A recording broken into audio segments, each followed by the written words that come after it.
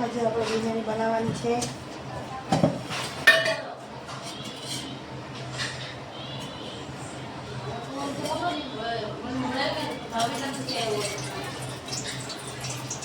તેમાં 5 ચમચી તેલ નાખીશું.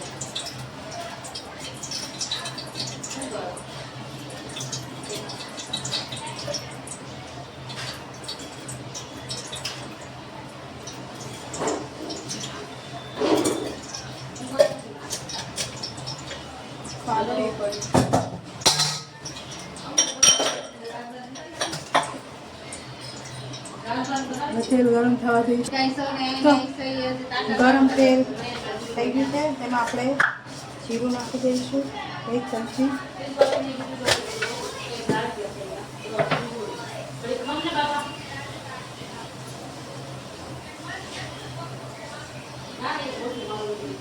ના ગરમ મસાલો છે તે નાખી દઈશું આપણે.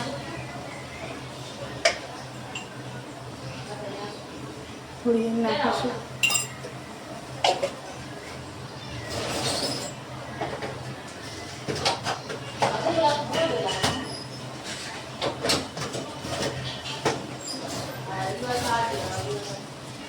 હવે તેમાં 1 કટન મરચાં નાખીશું.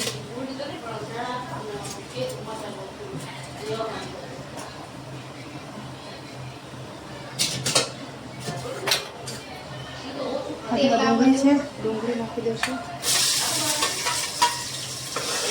કાપી દઈશું.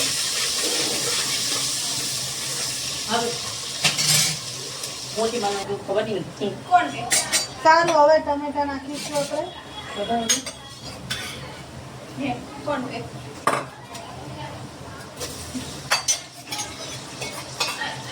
હવે તેને કાપી દઈશું આપણે.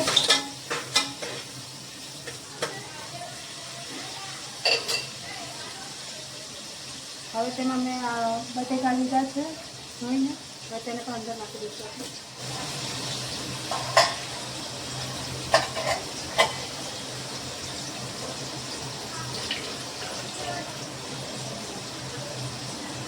આ વટાણા છે તેને પણ આપણે અંદર નાખી. તમારે વધારે શાકભાજી લેવા હોય તો તમે લઈ શકો.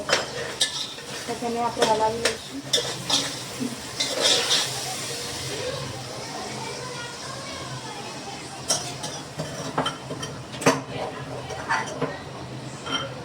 અમે આદુ લસણની પેસ્ટ લીધી છે તે પણ અંદર આપણે ઉમેરી દઈશું.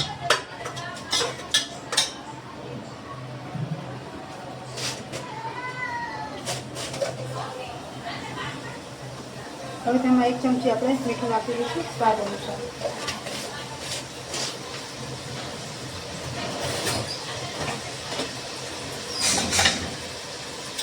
હવે 2 ચમચી આપણે હળદર લઈશું.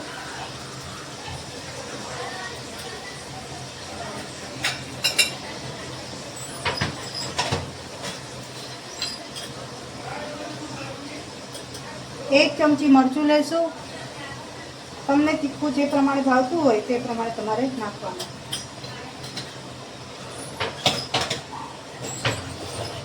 હવે તેનો આપણે હલાવી લઈશું.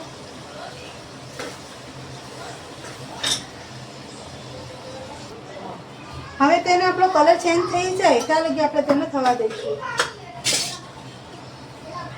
તમે એકવાર જરૂર બનાવજો, બહુ સરસ બને છે.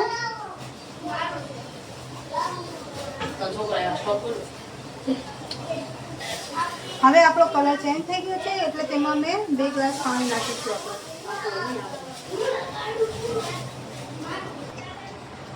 અમે 2 ગ્લાસ પાણી નાખી દીધા છે.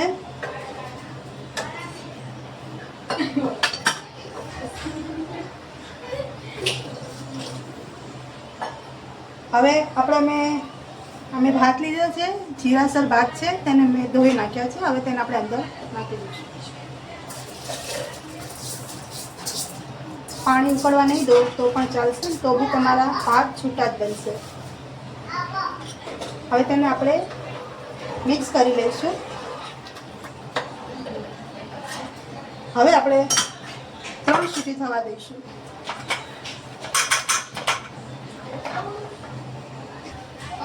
તેમાં મેં થોડા સિંગના દાણા નાખું છું.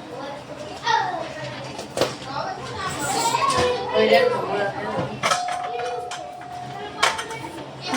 આપણે 3 સીટી થવા દઈશું એટલે આપણા બિરયાની તૈયાર. આપણા ભાત તૈયાર છે, તમે જોઈ શકો છો. હવે તેમાં આપણે કોથમીર નાખીશું. તો કોથમીર નાખશો ને તો તમને સારું લાગશે. હવે આપણી બિરયાની તૈયાર છે. તમે આને લીંબુ નાખીને તમે ખાઈ શકો છો અને બહુ સરસ બને છે. તમે જરૂરથી એકવાર ટ્રાય કરજો અને તમારે જેટલા સબ્જી નાખવા હોય તેટલા તમે નાખી શકો છો. બહુ સરસ લાગે છે. મારી ચેનલ ગમે હોય તો સબસ્ક્રાઈબ કરજો, લાઈક કરજો.